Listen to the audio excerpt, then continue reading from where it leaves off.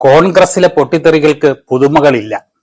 കാരണം അത് എപ്പോൾ വേണമെങ്കിലും സംഭവിക്കാം എന്നതിനാൽ തന്നെ. ഇതാ വീണ്ടും ചരിത്രം ആവർത്തിക്കാനൊരുങ്ങുന്നു. KPCC president K. സുധാകരന്റെ പടിയിറക്കം ആസന്നമാണെന്നതിൽ അത്ഭുതമില്ല. എന്നാൽ പ്രതിപക്ഷ നേതാവ് VD സതീശൻ മാറുമോ?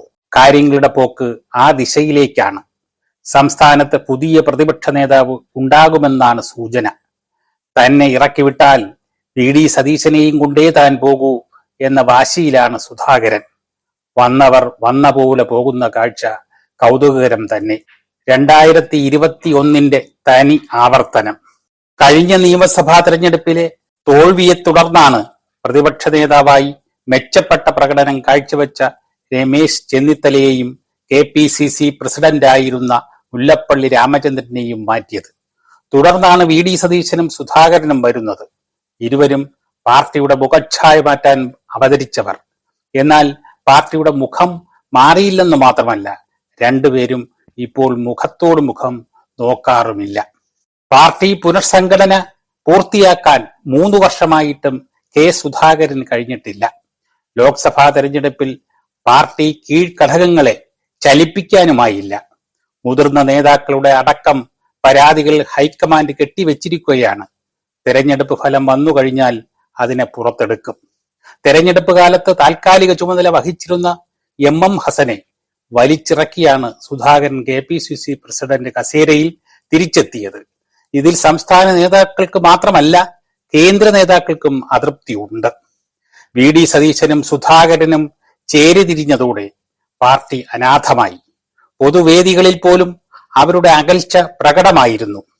ആരാണ് വലിയവൻ എന്ന ധാർഷ്ട്യമാണ് ഇരുവർക്കും. സതീശനെതിരെയും പരാതികൾ പ്രവഹിക്കുകയാണ്. ഇരുവരും തമ്മിലുള്ള അകൽച്ച പാർട്ടി പ്രവർത്തനത്തെ മരവിപ്പിച്ചു എന്നത് സത്യമാണ്. ഈ സാഹചര്യത്തിലാണ് KPCC പ്രസിഡന്റിനെയും പ്രതിപക്ഷ നേതാവിനെയും മാറ്റാൻ ആലോചന നടക്കുന്നത്. ഒരു മുതിർന്ന നേതാവാകണം പ്രതിപക്ഷ നേതാവ് എന്ന ആവശ്യമാണ് പാർട്ടിക്കുള്ളിൽ ഉയരുന്നത്. അങ്ങനെയെങ്കിൽ അത് ആരായിരിക്കും?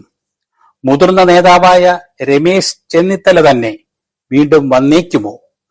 മികച്ച പ്രകടനം നടത്തിയിട്ടും തന്നെ മാറ്റി നിർത്തി VD സതീശനെ പ്രതിപക്ഷ നേതാവാക്കിയതിൽ ചെന്നിത്തലയ്ക്ക് അമർഷമുണ്ടായിരുന്നു. എങ്കിലും അച്ചടക്കത്തോടെ അദ്ദേഹം പാർട്ടിക്കൊപ്പം നിന്നു. ഘടകകക്ഷികളെയും സമുദായ സംഘടനകളെയും അനുനയത്തിൽ കൊണ്ടുപോകാൻ ചെന്നിത്തലയ്ക്ക് കഴിയുമെന്ന ചില നിർദ്ദേശങ്ങളും ഹൈക്കമാൻഡിന് ലഭിച്ചിട്ടുണ്ട്. അങ്ങനെയെങ്കിൽ അടുത്ത വർഷം നടക്കാനിരിക്കുന്ന തദ്ദേശ തെരഞ്ഞെടുപ്പിന് മുന്നോടിയായി പുതിയ നേതൃത്വം ഉണ്ടാകും. നിയമസഭാ തെരഞ്ഞെടുപ്പിൽ മുന്നണിയെ നയിക്കേണ്ടതും പുതിയ നേതൃത്വമായിരിക്കും. രമേശ് ചെന്നിത്തല പ്രതിപക്ഷ നേതാവായാൽ തെരഞ്ഞെടുപ്പ് രംഗത്തും ചെന്നിത്തലയാകും നേതാവ്. ഭരണം കിട്ടിയാൽ മുഖ്യമന്ത്രിയുമായേക്കും.